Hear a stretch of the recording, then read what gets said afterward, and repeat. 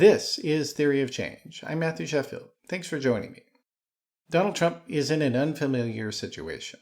After years of being able to tell his most loyal followers what to think about almost everything, many of the MAGA faithful are upset at him and his administration for refusing to release the federal government's files on the infamous sex criminal Jeffrey Epstein. When he was running for office last year, Trump and many of the people who work in the highest levels of his administration repeatedly promised that they would release the documents on Epstein, including FBI Director Kash Patel, Deputy FBI Director Dan Bongino, and Attorney General Pam Bondi. But now, both Bondi and Trump are saying that they will not be releasing the Epstein documents. Naturally, this refusal has been extremely upsetting to many of the MAGA faithful, because believing that imaginary Democratic pedophiles secretly rule the world has become almost the cornerstone of being a Republican in the Trump era. Faced with such massive intra-party dissent, the administration has taken to a strategy that they reportedly refer to as zombie food, throwing out stories that they know to be nonsense in order to distract MAGA loyalists from Trump's Epstein betrayal. Faced with such massive intra-party dissent, the administration has taken to a strategy that they reportedly refer to as zombie food, throwing out stories that they know to be nonsense in order to distract MAGA partisans from Trump's Epstein betrayal. In the past several weeks, Trump has offered a veritable zombie food buffet of narratives to supporters. But the biggest dish by far seems to be a new effort to reframe the 2016 Russian hack and influence campaign as actually a secret plot by Trump's former opponent Hillary Clinton and former President Barack Obama. None of this is real, needless to say, but I think this particular episode is worth digging into further in real time, since we can see right now how zombie food is made and served up to the MAGA masses. And talking with me today about all of this is Renée DiResta, a longtime friend of the show, who has had some direct experience in this particular history because she was one of numerous experts who worked with the Senate Intelligence Committee to analyze the Russian hacking and disinformation campaign in 2016. The Theory of Change is part of the Flux Media Network, so go to flux.community for more podcasts and articles about politics, technology, media, and how they all intersect and affect the culture. And if you want to go to the archives of this program, just go to theoryofchange.show, where we have the video, audio, and transcript of all the episodes. And you can sign up to be a supporter as well, and that would be much appreciated if you go to patreon.com/discoverflux, or you can go to flux.community, and we have free options as well if you can't afford to become a paid subscriber. And if you're watching on YouTube, please do click the like and subscribe button so you can get notified whenever we post a new episode. All right, let's get into the program. And joining me now is Renée DiResta. Hey, Renée, welcome back to Theory of Change. It's great to be here. Yeah, good to have you as always. So today we are talking about a media phenomenon, a particular one. In our past, we've talked a lot about general ones, but here we are right in the middle of a disinformation campaign. And so I thought it'd be interesting to kind of talk about it as it's happening, in situ, as people say. And in this case, what we're talking about is Retconing Russiagate, as you call it. And it's so funny because, when Trump was the president the first time, he and his supporters were always saying, oh, people are obsessed with Russia. They keep talking about Russia, Russia, Russia. And now the only people who talk about Russia are people who are trying to retcon it into crime. But like Democrats. Right. So can you just give us the background here just for people? Because I think everybody else has kind of moved on from the Trump-Russia story. But so refresh everybody's memory, if you would, please, on what exactly happened. All right. So there were three things that actually happened in the form of Russian interference in 2016. There were attempts to hack voting machines. This is going to become significant, so keep that in mind. They did not successfully hack voting machines, but they tried. Then there was a successful hack and leak operation that was conducted by military intelligence, the GRU, and that's where they hacked a whole lot of different things. This is also going to come back up later. The Clinton campaign, the DNC, That was attributed to military intelligence. At the time, there were, funny enough, Russian actors who tried to pretend that that was really a leak that was done by a man named Seth Rich, a DNC staffer who was murdered. And that was a whole thing that became a subject of, a bit of a smear campaign for the poor man who was murdered. Fox News wound up having to pay a large sum of money to his family in a settlement. But ultimately, that was a hack and leak campaign run by Russian military intelligence to smear Hillary Clinton. That is what happened, and that is so that was the sort of second effort. The third line of effort was the one that I think most of the public remembers, which was the Russian trolls, right? The troll factory run by Yevgeny Prigozhin, and they did a lot of the Jesus memes, Jesus fighting Hillary. Satan, right? Jesus fighting the Satan Hillary.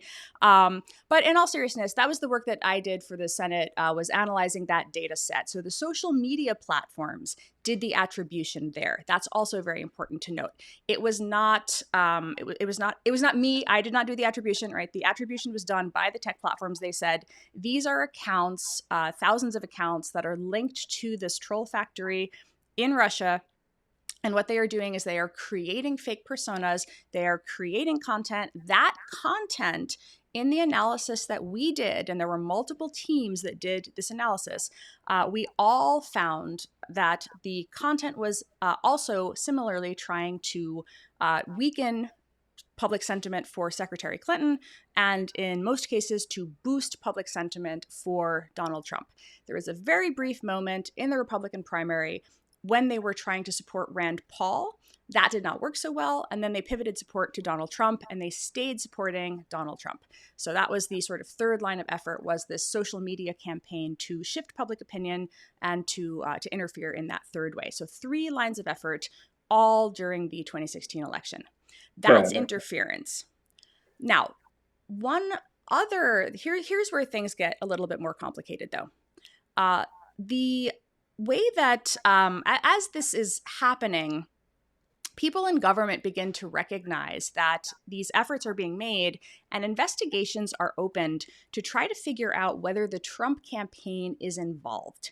And that's because these lines of effort appear to be trying to help him to weaken the other candidate. And so what you start to see are investigations to try to ascertain whether there is, the term that the media comes to use is collusion. And so collusion and interference are 2 separate things. Nobody anywhere at any point doubts interference until now.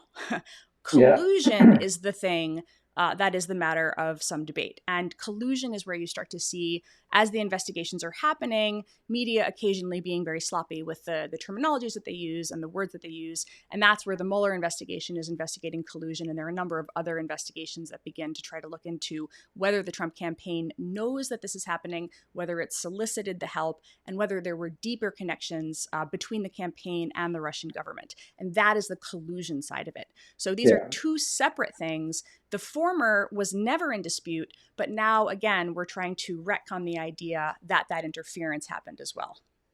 Yeah, that's right. And it's also important to note that with regard to the hacking campaign and the social media posts, that Republicans said that Russia did those things for Trump. Yes. So, and the Senate Republicans, including Marco Rubio, his Secretary of State, was in charge of this report, of the committee that released the report about it. Right. So when the Senate reached out to me, that would have been in December of 2017, they reached out to me and they asked me to field a team and to get together a team of analysts to look at this data set that the platforms were turning over. I then, in turn, reached out to a bunch of people that I knew just through kind of OSINT research. I reached out to friends at this company called New Knowledge. I knew them through ISIS investigations in years prior. I said, hey, would any of your people be interested in doing this? That was how that process came into being. Simultaneously, the Senate was reaching out to other people who I did not know about. And the reason that they did this blinding process, as they call it, was because they knew that the investigation was going to be politically sensitive.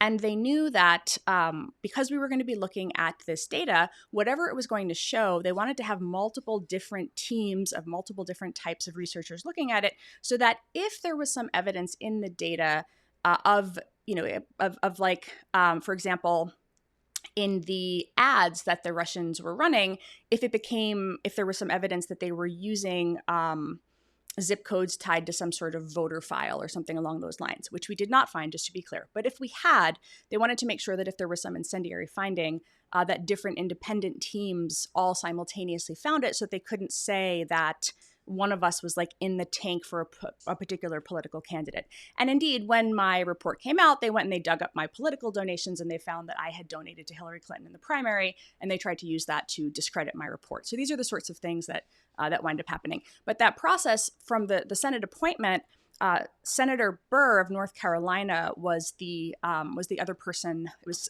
Senator Warner and Senator Burr, so a Republican and a Democrat and a Republican, jointly came up with this process of what they called the technical advisory groups to do this work. It was always bipartisan. All of the briefings were bipartisan. There was never at any point anything other than bipartisan agreement that this was happening. Senator Cornyn who is now making noises about, did this really happen? Was always fully acknowledging that it happened. And as you note, when Senator Burr had some sort of, I think it was a insider trading or some sort of stock trading scandal, when he resigned from the committee, Senator Rubio became the Republican chair, and Senator Rubio was the chair during the release of some of the later points of the report. It was a 5-volume report from Sissy. It was, yeah, and that's obviously an important fact to note, and something that the retconners, of course, never bothered to point that out, that this was a bipartisan conclusion. I'll say one other thing. It's indisputable, basically. It's indisputable, and the Russians tried to hack Senator Rubio's campaign. And in the data sets, there were memes and lines of attack, because you'll recall that Senator Rubio was running against Donald Trump in the Republican primary. So some of the data in the meme campaign by the Russian trolls was attacking Rubio, saying he's secretly gay, he's a rhino, all of these things. You should be voting Trump, because why would you vote for weak Marco Rubio when you can vote for Donald Trump? So the Russians went after him as well. He knows that this is true.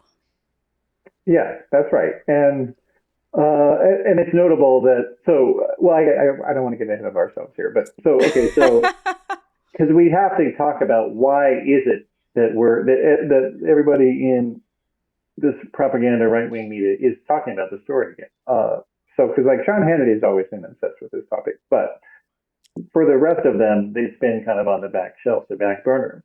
And the reason, of course, is that Donald Trump and the administration have broken their repeated promises to release the government's files on Jeffrey Epstein. Trump himself, notably, I think we should say that Donald Trump personally has always been kind of cagey about whether he would release that information. In fact, Fox News deliberately censored an interview they did with him during the campaign last year, in which he hedged on whether he would do it. But they cut that part off, the last part where he hedged on it, and just had him say yes, but then chopped off where he said later, maybe we won't. So because there was a campaign issue for Trump. Like, he campaigned that he was going to drain the swamp and tell the truth about Jeffrey Epstein. And of course, now that he's the president, they're not releasing these documents. And we don't have to speculate, on what's in those documents or, whatever it is.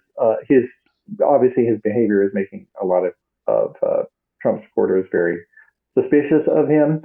But it seems to be, at the very least, that, there are things that they thought were in there, perhaps, or they said that were in these data files, and they haven't been able to substantiate. Like, they keep doing this on a bunch of different things. Like, they were going to indict various people, and nobody got indicted. And in right-wing media, that becomes proof of the guilt of these people rather than proof of their innocence, it seems.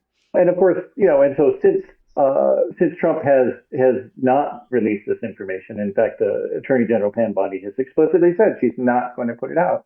And so since that time, the Trump administration has been desperately tap dancing to find anything to distract the base.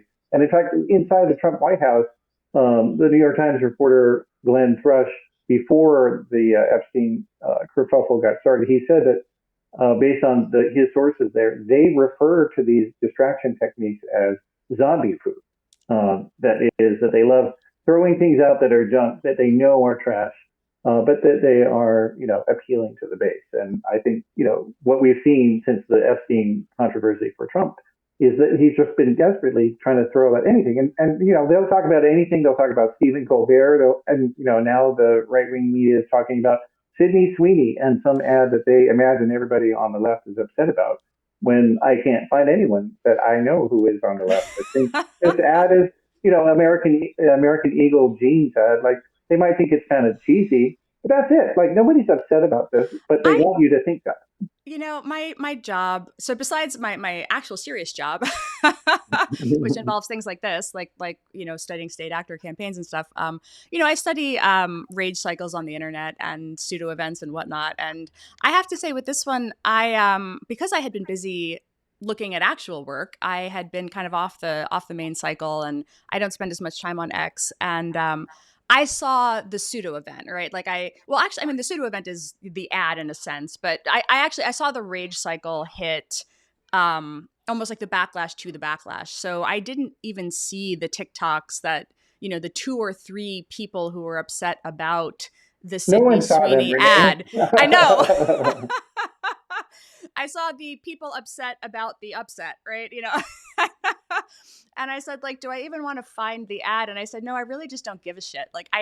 There are too many other important things that I have to do. I just don't have the time. I'm not going to waste my time on this. It's kind of liberating when you just hit a point where you're like, I just don't give a shit. I'm not going to read any articles about it. I'm not going to read the commentary about it, because it's such a machine. And once you've seen one, once you recognize it for what it is, I think, and that's really, it's funny because I feel like that's been my hope with the books I write, with the articles I write, just saying this is how the rage machine works. This is what it does. This is the point. This is the distraction. This is exactly how that sort of the rage cycle operates. Nobody actually cares about this. I saw 1 or 2 people kind of, making fun of the, actually people on the right sort of making tongue-in-cheek comments about how now woke is dead. Here are Sydney Sweeney's boobs again, right? But the I really just couldn't bring myself to care. There are too many other important things that are actually happening that we should be paying attention to, in my opinion. And I know that we can pay attention to frivolous things too, but this was just too much. I couldn't waste time with it. Yeah. Well, but I do love that they call it zombie food. Right. No, that's very telling. No. It wasn't like the woke academic is not the one saying it or whatever. No, it is. It's a great term, and we should use it, actually. Right. People who it's fantastic. It's wonderful when when you have the language to describe these things, because otherwise you are using geeky terms from the 1960s, like pseudo event, where people look at you like, what does that even mean? And you're like, hyper-reality. Media theory, right? No, zombie food is fantastic. It gets the point across immediately. So yes, that's great. Yeah. Roll that one into the discourse. Yeah. That's right. Yeah. So, all right. So in addition to, various other things, because I think, they've rolled out 5 or 6 things, declassifying the Martin Luther King files, even though the family says, please don't do that. They did it anyway. And, well, so let's talk about the notion of files, actually, because this is something that is very, very, this is like the files administration. It's like the time of files. And I, as somebody who has spent the last maybe month now just reading through all the files that this administration has dumped on the Russia topic, it's almost like a DDoS by files, like distributed denial of service, which is when you sort of barrage a server with too many requests, rendering it impossible for it to deliver you the information that you're actually requesting, right? It's like how you prevent information from being returned. You kind of render something incapable of being accessed. And so the metaphor means when you are DDoSing somebody with a pile of documents, you make it impossible for them to actually figure out what's important, because you throw so much chum in the water that then what they're left with is they have to rely on the framing put out by the people who have done the document dump, right? And because they're never going to read it for themselves, because there is just too much to go through. And it's a very interesting experience, I think, because when you look at the process by which this happens, whenever there is a release of something, there is usually some small group of media that gets preferential access, right? A small handpicked group of people who get access to the files early. And they choose those media because they know that they're going to give a sympathetic read. Or in fact, they're going to literally take the press release. This is what propaganda is, right? Government and media working hand in hand. This is like Noam Chomsky 101, who is just putting the sort of pre-digested talking points out there to the public. And that's exactly what happens in this case. So I was going through some of the files that were released, and the framing that come out in the sort of Fox News headlines, the breathless headlines about now the truth has been revealed, the emails are out there. And as you read through the documents, the claims are negated midway through the document dump. And nobody gets to that point, and they know that people are not going to read the primary sources because there's so many redactions in there that you're struggling to piece your way through a sentence.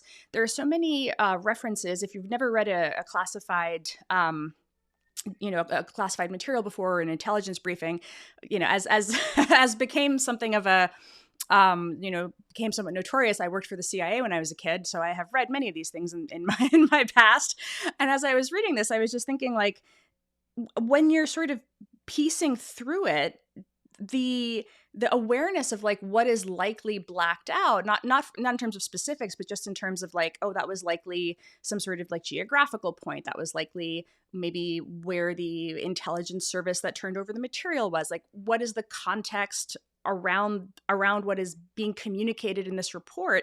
Whereas the average person is going to read the Fox News headline and come away with whatever the framing that the administration wants them to have. They're going to read Tulsi Gabbard's insane Twitter thread with like the lunatic memes that seem to now be not 8chan shit, but like official government communications, right? We've just moved that aesthetic into, this is what the American government elite puts out. And that is where we are at this point. So it's like, it is a DDoS by document in that it looks like you're revealing the truth by being transparent, by putting these dumps out. But what you're actually doing is rendering it such that the facts are going to come out maybe 48 to 72 hours later when you've moved people into something else entirely. That you prefer. Yeah. And to Tulsi Gabbard, I think we should also note the context for her that, she had her credibility and, status within the Trump administration was greatly harmed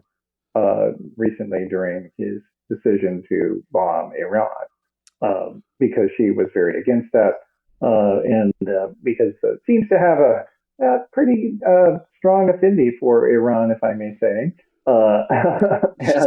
She's had a lot of weird affinities in her, in her history, but Syria, a number of But yeah, so like after she lost though, because Trump himself has wanted to bomb Iran for a decade at least. So like this was nothing that was a surprise from him. But she had put out another bizarre video before he did it, and we can know what was going on there at that time, because do you remember she had put out this video that was like, I'm afraid of nuclear war. Yeah. This was her telling Trump, don't bomb Iran. That's what it was. So she lost that power struggle though. And her star got very dimmed. In fact, people were quoting her to Trump saying, "Oh, there was no, the Iranians don't have nukes," and he was like, "Well, I don't believe her." So she herself has been desperate to get back into Trump's good graces, and so that's really for her what this is about, not just about distracting for Epstein. So anyway, yeah. Well, and what she chose to do. So there have been, just to give a little bit of an overview.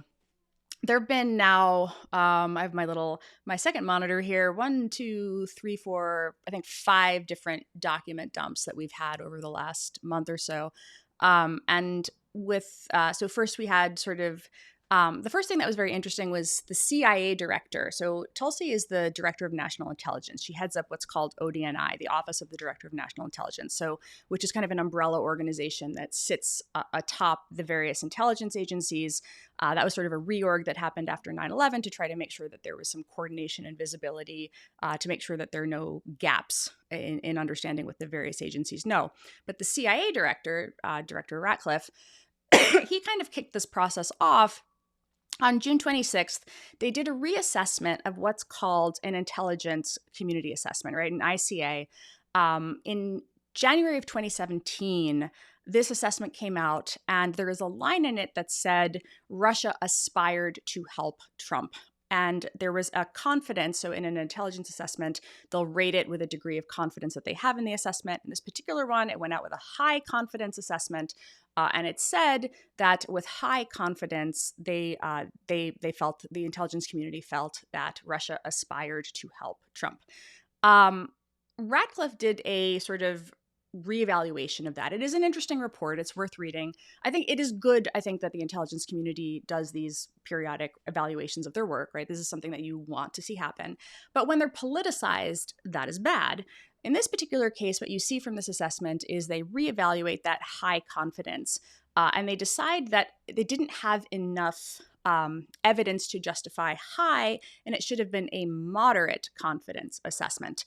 They have a little bit of a disagreement about the incorporation of the notorious Steele dossier, which is the sort of piece of raw intelligence that this British spy, Christopher Steele, pulled together.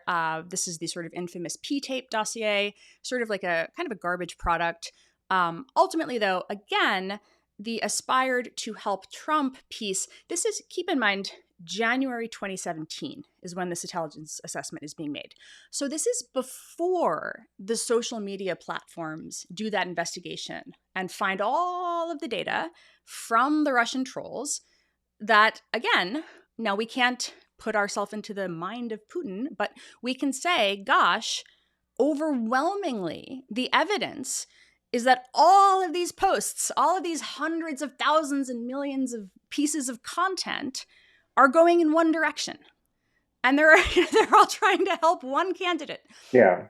So we can quibble about this notion of aspire to help, but ultimately, again, it's fine. You change the quality of the assessment. You move it down from high to moderate. Great. It doesn't change the interference piece. So this is sort of like they begin to say like, oh, the intelligence was politicized. Okay, again, fantastic. You do that reassessment. So in June 26th, so a little over a month ago, we have this sort of first wave. And this is breathlessly put out there as Ratcliffe saying our intelligence agencies were politicized and I am taking steps to fix that. Okay, that's a very political thing to do. I was very disappointed, again, as somebody who, has maybe naive, because I was a college student at the time, but like kind of fond memories of you're supposed to be apolitical in intelligence. The whole point is this sort of country over party, it's sort of drilled into you when you go in. And it felt very disappointing to me in that sense, but it doesn't, he didn't make any explicit arguments that the ICA was fraudulent or that the conclusion was wrong. Tulsi comes out and does that 2 weeks later, and that's where the ball really gets rolling. Yeah, and just as a little kind of parenthetical, like one of the pieces in one of the Senate reports, because they did 3, as you said, was that they couldn't find any pro-Hillary Clinton posts by the Russian trolls, if I remember right. Isn't that right? Well, I looked at all of that data, all like multiple hundreds of thousands of memes. There were a couple of interesting ones that were like sort of tongue-in-cheek, where they had a page that was pretending to be Muslim. It was called United Muslims. And they had a few posts where they would say things as Muslims, right? So they were, again, in their persona as Muslims, where they were thanking Hillary Clinton for doing things to support Muslims. Yeah. But it was doing it in such a way that the intent was for other people to see that content and have in their mind that Hillary Clinton was this like Muslim loving, this was around the time where they were then using that content to trigger fights. You remember, I don't know how many people know this, but they actually sort of triggered an in-person conflict by having their Muslim page followers and their Texas secessionist page followers show up in person for the de-Islamicization of Texas rally that they held. So their Muslim page kind of did double duty. It was ostensibly a left-leaning Muslim affinity page, but they also used that content in ways to to make sort zombie of food. trigger the right. Yeah. So that was where you saw the pro Hillary content, if you will, was on the Muslim pages, but on the liberal pages, it was like, we as feminists shouldn't support this woman who stayed with her husband who cheated on her. With the Black community, they had a lot to say about why Hillary wasn't for Black people, and then obviously on the right, they had a field day with all the various anti-Clinton stuff. So So, all right. So some of the, so Gabbard, as you said, just has gone completely nutso and released all kinds of stuff. And then, making very serious charges, which, again, if these were serious, if they had actually believed that the Obama administration had done these things, they would have put this out on day one, or like within the first month.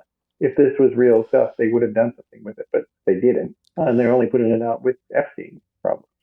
So what she does is, let's go back to, remember I said there were sort of three lines of attack. There was the voting machines, the hack and leak, and the Russian troll factory. So in August of 2016, prior to the November election, there is another intelligence community assessment. So this is when Obama is president. And that assessment looks at the potential for the Russians to hack voting machines and change votes. And what it says is they don't believe that the Russians have the capacity to do this. They don't believe they have the capability to do this. And they're not sure that they want to, right? So they're debating in this August assessment whether they have the capability or the desire to interfere through these infrastructure type attacks, right? Through actually hacking and changing votes, and that is the August assessment. So Tulsi, it's a rhetorical sleight of hand. It's very, very slimy what she does. She says, see, Obama knew, he had been briefed in August that the Russians couldn't hack the election. But then the January ICA says all of a sudden the Russians are trying to hack the election. And it's because one is using hack in the literal sort of cybersecurity sense of the word, meaning they are literally like the SVR, like Russian hacking teams are trying to infiltrate and change votes in voting machines, which they did not do, though they attempted it. And then the colloquial hack the election terminology that comes to be how media all over the world begins to describe the hack and leak operation and what happens after, again, the GRU and the Internet Research Agency effort, as the Russia hacked the election narrative begins to come out, and as Obama launches investigations and begins to speak in those terms, Tulsi alleges that he forced a change of these. That he forces the change, that he launches investigations under false pretenses. So she sort of twists these two things. She says he knew they didn't hack the election, talking about the voting machines and the assessment there, but then he says that they did. And so if you look at how she's describing it, she's arguing that Obama was like concocting intelligence and that this was a treasonous conspiracy. Because he knew that Russia didn't have the capability to do these things. So that's where you start to see her relying on the fact that people, the average person, again, does not pay attention to. In the 5-part Senate report, there is one whole volume on the various efforts to hack things. There is one whole part on the social media operations. There's a whole slew of stuff on various other aspects of it. There's the Mueller investigation there. I mean, there's so many different, I think maybe also it's possibly worth noting. And the Mueller convictions, let's make sure that, bad and guilty pleas. Like, this isn't just him investigating. And because, the guy who was their hero, who we will talk about, John Durham, just was a complete failure and everything blew up in his face repeatedly. Unlike him, Robert Mueller and his staff actually got a number of convictions and guilty pleas. But on that point, though, on the hack point, it isn't just Gabbard who's doing this. It's also that, a lot of various right-wing media personalities, like there's this guy named Mike Benz, who has really been trying to feed this narrative, and it's he's doing this hack obfuscation as well, and he recently had a post in which he's like right-wing media figures do this often, is that they will quote a media headline or a media story that is reciting language used by government officials. And then they will say that this is what the government official said. Well, no, it isn't. They never said that. And if you read the news story, there's not a single quote from any government official saying that the Russians hacked the election votes. Nobody said that in the Obama administration publicly. Mike Benz went on John Solomon and said that the Russian interference never happened. It was probably people with VPNs, and it might even have been me and the people who did the investigations running VPNs and making it all up. Okay, so this is not exactly a reliable narrator. But what he wants to do is, and what he's been doing, interestingly, is he's taking random sentences that are coming out of the sort of cables and things that are in these in the Durham Annex and other things. He's pulling out random snippets of sentences, like 3 words here, 3 words there. And he's doing the whole, like, you see, this proves the whole conspiracy. This proves the censorship industrial complex hoax. It is a hoax. He says it proves the censorship industrial complex. The censorship industrial complex is a hoax. That is the problem that we're facing here, right? It is this process of, again, nobody is going to read the full annex here. And so the email that he is pulling these various words out of, these various sentences out of, is an email that Durham in the report goes on to decide is likely a fabrication of Russian intelligence that was fed to the FBI, presumably as a decoy, as a manipulation tactic. So that's one of the things that you start to see as you read the report, is that ironically, the same way the Steele dossier turns out to be BS, just sort of material fed to like an overly credulous guy, this is exactly what you see in the Durham report. You see Durham really wanting to believe this stuff. If Durham left this out of his report, it's not because Durham wanted to help Hillary Clinton. It's because Durham recognized that even despite the fact that he would have probably loved to have included this, he just couldn't get it over the credibility threshold. And that's why it was, stuck in this annex over here. So just going back, though, because I think the Russia Gate stuff, as they're calling it, is very old news for people, and most normal people have moved on from it. We have to review just for a bit here who John Durham is. So for those who had forgotten or didn't pay attention because he never produced anything notable, John Durham is a Republican attorney who worked in the Justice Department, and he was appointed by Donald Trump to investigate the investigators, and his investigation turned up nothing of any consequence, really, and he tried to indict some people, but he got those cases thrown out very quickly. But nonetheless, MAGA has been trying to mine his material, and they are doing it now. So I will let you take it from there. I'll try to keep it simple. So there were multiple investigations of the investigations, but the Durham investigation looked at whether the sort of FBI's Crossfire Hurricane investigation, which is the investigation into whether the Trump campaign had ties to Russia, it was launched to try to get a sense of whether this was the sort of collusion bit, whether there had been collusion. So, what Durham finds in his report is that the FBI shouldn't have launched a full investigation into the Trump campaign based on unverified intelligence. A lot of, I think this is maybe a misconception. A lot of people think that it was the Steele dossier that sort of triggered that investigation. It wasn't. It was a tip from Australian intelligence about George Papadopoulos having some sort of inside knowledge that the Russians had bad emails about Hillary Clinton or Hillary Clinton's emails.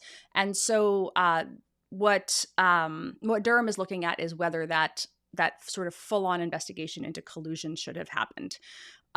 He kind of what he says in his report is that there was like confirmation bias, that the FBI was sort of too willing to move into a full investigation, but ultimately he finds no conspiracy. He doesn't find any evidence that the FBI deliberately and intentionally went on to try to screw Trump. Well, and including, that the guy who had talked to him, to Papadopoulos, Joseph Mifsud, because the Trump people were trying to push the idea that he was an FBI informant and agent, and that was one of the findings of the report, was that no, he was not an FBI informant. And in fact, the guy has been missing and hasn't been seen in public since 2017. Right. And so but it also finds that there is no conspiracy between the Trump campaign and the Russians. So that's roughly speaking the Durham report. He did try to sort of prosecute a few people. I don't remember the specifics of those. The convictions, I think, didn't hold. Ultimately, it was kind of a sort of a nothing burger. It didn't turn out to be what MAGA had hoped it was going to be. This classified annex is a really interesting, the sort of drama around this is that Kosh Patel, a couple days ago on Twitter, says, so this is now, Kosh Patel was an investigator on the House Intelligence Committee at the time, back in 2020. And now he is the he is the director of the FBI. I'm mixing up all of my Bongino, the podcaster, is the deputy director. Kash Patel is the director of the FBI. He makes this bizarre tweet that he has found a secret room in the FBI full of burn bags. And then there are secret documents that have been like kept from the public, and he's going to take them over to Senator Chuck Grassley to declassify them.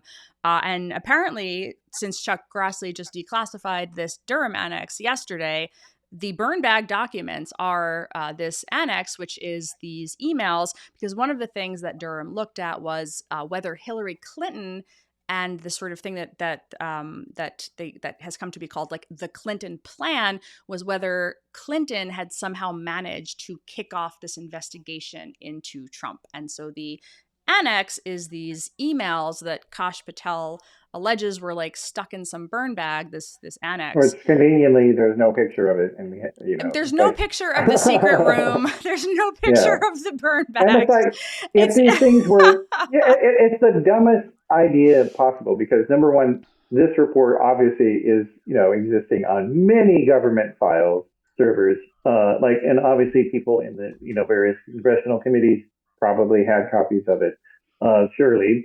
The idea that there's just one copy of it, and it's a report. It says report, and it's got all the various classifications, and it's got a number, which means that all these documents have numbers. It says classified by John Durham right here, which means that it's in a computer system somewhere.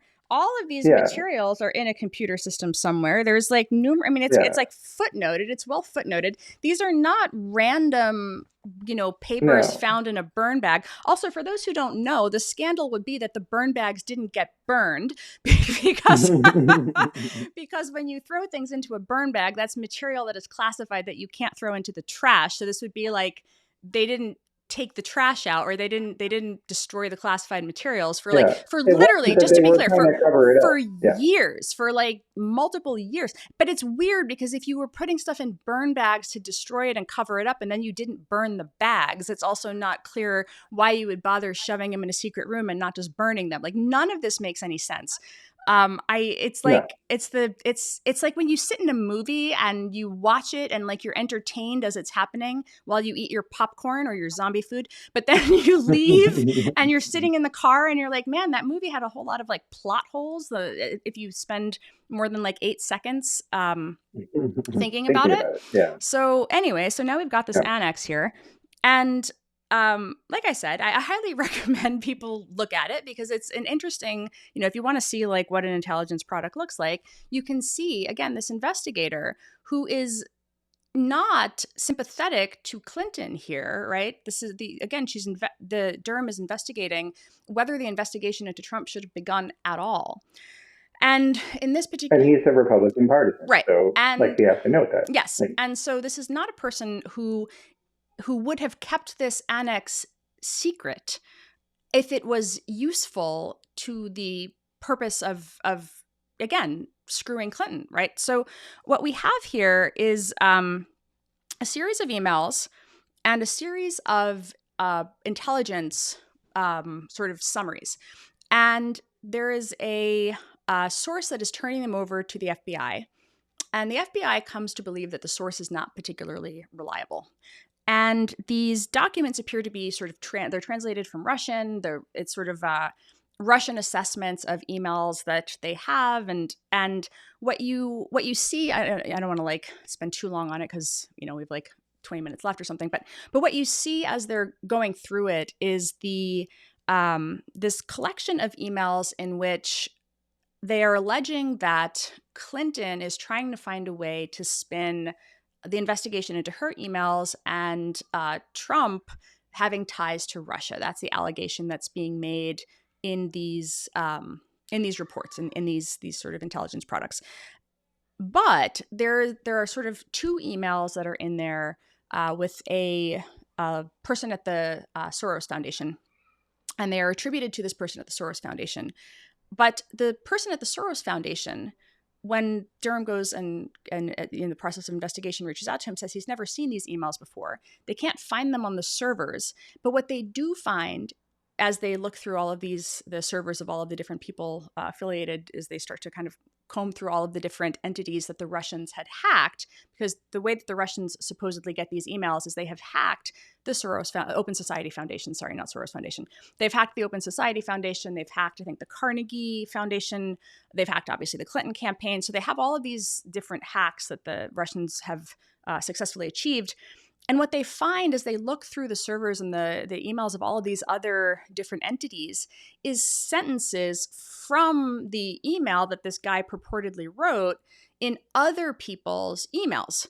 So this email begins to appear to have been cobbled together from sentences that they have cherry-picked from other people's emails. And so Durham notes this. So you're reading like the first 11 pages of the annex, and he's describing these intelligence products and how the FBI doesn't really think this source is particularly reliable. And then it gets to the part where you're seeing the emails, and then you turn to page 12, and the sort of reveal, if you will, is that these emails are cobbled together from other people's emails. And so Durham can't authenticate this. So it begins to seem that these materials that are being sort of fed to the FBI, and I think that as I've read other people's analyses of the docs and what might be in the redactions, possibly the sort of CIA is getting some of these also, that this is actually material that is being sort of like put out by the Russians deliberately and intentionally to create the perception that this Clinton plan is happening and that there isn't really very much solid evidence that it is. But again, let's just, steel manning the argument here. We still keep coming back to the fact that the claims that are being made now about this Durham annex is that like this reveals the plot. This reveals that Obama and his, sort of treasonous band of deep state agents deliberately colluded to launch an investigation into Trump, and it just doesn't. Because that was what the Durham investigation was supposed to be looking at in the first place. So if this annex here, which was written by Durham, had proven that, why didn't Durham release it? And this is where I can't get my head around like what is being claimed and what they are saying this supports versus the fact that investigation was supposed to answer this very question. So like what Durham forgot to include the smoking gun in his own investigation, like the whole thing makes absolutely no sense. And this is where I'm like, what am I missing? Yeah. Well, I mean, so having, been in right-wing media myself, I can say that, based on my own experience that, a lot of people that are in right-wing media have lower reading comprehension. I'm sorry to say, guys, but you do.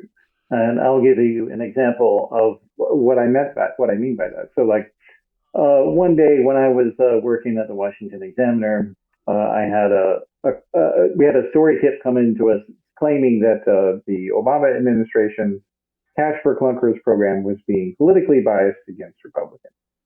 And I thought, wow, that's a huge story. Big if true, right? One of those allegations. So I didn't have time to look at that because I had received the tip. So I said, well, obviously this would be a great story if we can substantiate it. And I gave it to one of my colleagues. I said, look, I can't get into this right now. Sorry. Here's a free, hot story for you if it, for you to look at. And, but please don't put it up without looking at it. And then later in the day, somebody, like one of my analytics people was like, oh yes, hey Matt, we're on the Drudge Report. And I'm like, oh great. Well, okay, so what's it for? And then I go over there to look at it, and lo and behold, the guy that I gave the story to about the story tip about the Obama administration supposedly discriminated against Republicans, that's the story. And I looked at the story, and there's no substantiation. He didn't talk to anyone. He just said that it was true. And then the administration flatly denied it. In fact, it said that there was no ability to even ascertain whether a car dealer was a Republican or Democrat or anything. And that and then other people dug in and found, oh, most car dealers are Republicans. So, like, by definition, if you had a program that was discriminating against Republicans, why would you fund Republicans? It makes no sense. And it was totally embarrassing for us. And I asked the guy, and he was like, well, it seemed good enough to me. And I was like, so this is what they keep doing. They keep doing this stuff over and over. And that's the paradox of the liberal bias machine, zombie food processor is they are the ones with the bias. They're the ones that, have this predetermined agenda, and they don't look at things from the other side. And so this is why they keep making these mistakes. As I just said, if Durham truly believed this was the smoking gun, well, then why didn't he indict anyone? Why didn't he even talk about it publicly? And, just that alone, let alone, either you have to believe Durham is just impossibly stupid and doesn't understand his own report, what it really says, or it doesn't say what you think it means. That's it, basically. Yeah, I think my experience with all of this has been on the interference side, right? I spent many years trying to avoid weighing in on collusion because I felt like it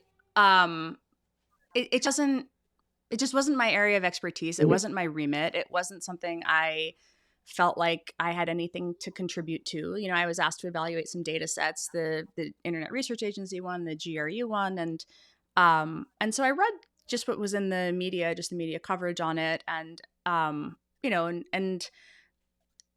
and so when I read these things, as a person who is very, very familiar with the interference side, and then is, nominally familiar with, I read the Mueller indictments because they tied in, as he was indicting the Internet Research Agency trolls, that obviously connected to my work. I've read the Senate reports, all 5 volumes.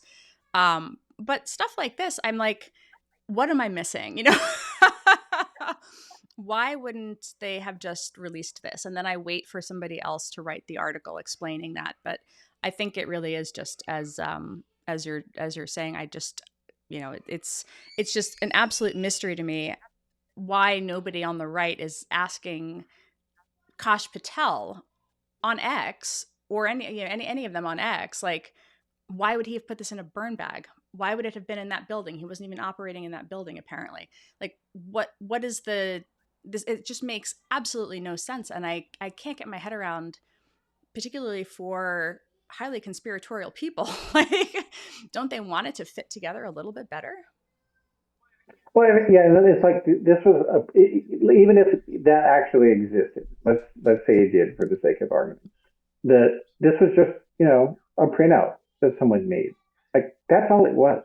Like, that's probably what it was, because obviously Pam Bondi and tons of people in the DOJ have copies of this report. So, like, throwing this thing into the furnace would not have destroyed the evidence. by any stretch of the imagination. The FBI has multiple copies of it, digital copies, obviously. And then of course, this document as a digital copy and probably print copy, exists in probably thousands of places in the federal bureaucracy. So this little printout in a burn bag means zero. So we had a little technical snafu. It was the Trump deep state trying to get Renee. Browser change. I don't know what that was about. Okay, so I was saying that Durham, it was either so stupid he didn't read his own report, missed the smoking gun, or maybe it's not a smoking gun. I really felt like I was gonna. So what I plan to do is just continue to read people who covered the Durham report in great detail and just see how they process this. That's my plan for trying to continue to understand it. I think I just don't understand how, if he voluntarily chose to leave this out, if it literally says classified by John H. Durham on the document, and he was the one who chose not to include this so-called evidence for the Clinton plan because he could not verify it. He did not think it met evidentiary standards. I just don't understand how they are marketing this as like, this is the thing that is going to like indict Obama and send him to Gitmo. So here we are. Yeah, and it is really illustrative though that so much of foreign intelligence is like the problem of. As somebody who has done investigative reporting myself, I can tell you that when you're on the trail of this story, the people who you are investigating eventually find out that you're doing, and so they become aware of it, and that often happens with intelligence gathering. That the target becomes aware that you are investigating a particular thing about them, and so like that's, as you said earlier, with the Steele dossier, that it was filled with Russian misinformation, actually, because they knew he was doing that. Yeah, I can say. And vice versa here. When I was doing so I did the Internet Research Agency data set research. I did that for the Senate in 2018, and then I did an investigation into the GRU, so military intelligence, in 2019. Both of these are up on, the GRU one is up on Stanford's website, and then the Internet Research Agency one is on Congress's website. So the GRU, they do hack and leaks all the time, right? That is the military intelligence MO. That is what they do. One of the things that they reference in the Durham report, in the Annex, there are a few different versions of this email also, which is another giant red flag, right? And one of the versions of the email alludes to, I don't have the specific sentence in front of me, but it alludes to the Olympics. So Russia was extremely pissed about its athletes being kicked out of the Olympics. It hacked the WADA is the acronym, I think, Worldwide Anti-Doping Association. One of the things that they do when they hack documents is they leak falsified documents mixed in with the actual documents. This is absolutely canonical. So one of the things that I would do when we got these data sets is, when you get the documents, you have to try to piece together, is this actually real, right? So when they're releasing, for example, the WADA leaks, they're making these allegations about athletes, claiming that they have information about athletes, but of course they're incentivized to leak falsified medical records of athletes because they want to humiliate other athletes in the way that they feel that they have been humiliated. And that is the entire point of this entire endeavor. So you're never you're never treating the material that you get as credible. And that is what you see as you see them. Durham is alluding to interviews that he does with people trying to figure out, is this real? Similarly, though, let's just be candid, right? If you were one of the people on the Clinton campaign saying hey guys, let's hatch a plot to make Trump look terrible and let's try to suck the FBI into it. That's the kind of thing where if you didn't interview, you would deny that, presumably, right? It makes you look bad. So there's this effort to try to figure out what is true. There's also some very interesting, another thing that you see when you read some of the things that Russia does, and this is all over the Internet Research Agency data set, the language is not what we would consider to be native fluent speakers of English. So he has a sentence here about how the FBI should, let me just pull this one up because it's kind of interesting. Like the idiomatic pieces, they get wrong a lot of the time, where he says that they are going to put oil in the fire. Put more oil in the fire, which is not how a native English speaker would say that, right? So, and you see this again constantly. One of the ways that we used to actually look at and detect Russian accounts was they would just get the slang and the vernacular wrong. And you would see that a lot in the data sets, which is one of the reasons why actually they moved to to just like going and plagiarizing like Turning Point USA memes when they wanted to make content for the right, and they would just like slap their logo on top of it, because then they wouldn't have that sort of like tell. We'll see what else these guys can come up with out of the zombie food meat grinder in the days and weeks to come. But, right now, this is just nonsense. But for people who want to keep up with your debunking of the nonsense, Renee, what are your recommendations for that? I have a newsletter, I guess. You can get either the ghost at reneediresta.com or the Substack. And then I'm on Blue Sky and Threads. And yeah, just on the internet. You're also on Mastodon as well. But you don't post. I'm on Mastodon as well. Yep. That was how we met each other. That's how we met, yep. Okay, all right, well, cool. Thanks for being here. And see you later. Thank you. All right, so that is the program for today. I appreciate everybody joining us for the conversation. And you can always get more if you go to theoryofchange.show, where you can get the video, audio, and transcript of all the episodes. And we have paid and free subscription options on Patreon and Substack. You can go to patreon.com/discoverflux if you want to subscribe that way. And just go to flux.community if you want to subscribe on Substack. So, and if you're watching on YouTube, please do click the like and subscribe button so you can get notified whenever we post a new episode. That would be great. And please give a review over on iTunes or Spotify or wherever else you might be watching. That would be awesome if you could do that as well. All right. Thanks a lot. I'll see you next time.